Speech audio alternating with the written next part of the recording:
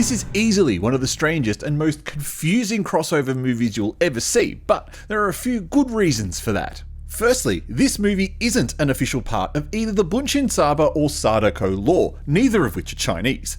Secondly, BUNSHINSABA is a Korean word meaning Ouija board, and thanks to a 2012 Chinese movie of the same name, directed by the Korean director who was responsible for the Korean movie of the same name, this has been misinterpreted to mean pen fairy or Bixian.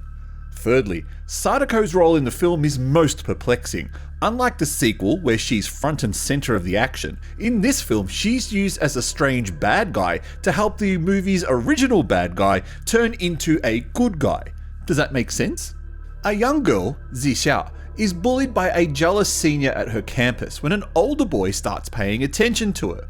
After an incident in the girls' toilets where the bully scares her by dressing up as the pen fairy, Zixia emails the bully a link to the death tape where Japanese spirit Sadako promptly takes care of her. But there's another spirit on her campus, a spirit who plays a mysterious piece of music that can be heard from an abandoned classroom. This spirit takes hold of Zixia, and along with Chongyi, the older boy, they enlist the help of a professor who's an expert in paranormal activity.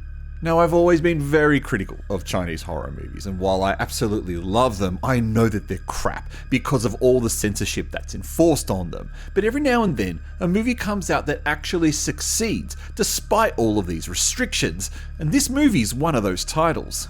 That's not to say that the movie doesn't have its issues. The obvious one is the use of Sadako as a character. She doesn't follow the rules, and she's mostly forgotten about in the middle half of the movie as the filmmaker explores the spirit in the music room instead. But when the movie hits the right notes, it pulls it off very well. I like to think of Chinese horror cinema as stuck in the late 90s, with its use of obscure imagery that's intended to be spooky but doesn't quite have the same effect in the mid-2010s. The scene where they enter the other world looks great, and you'd be forgiven if you mistook it for a 90s Japanese horror flick, which is where the obvious inspiration has come from. Now, the sequels went a long way in addressing how they used Sadako as a character, both as a good guy and as a bad guy. But one thing that's born in this movie that did carry over consistently in the sequels is the origin of Bixian, the pen fairy. Rather than her being based on the actual Chinese lore of Bixian, which isn't really much other than a spirit who's called via an Ouija board to answer questions, the pen fairy in this movie is based on characters within the movie world. In this case, she's the restless spirit of the girl from the music room. But if you know anything about Chinese horror movies, you'll know that the themes of the supernatural are prohibited.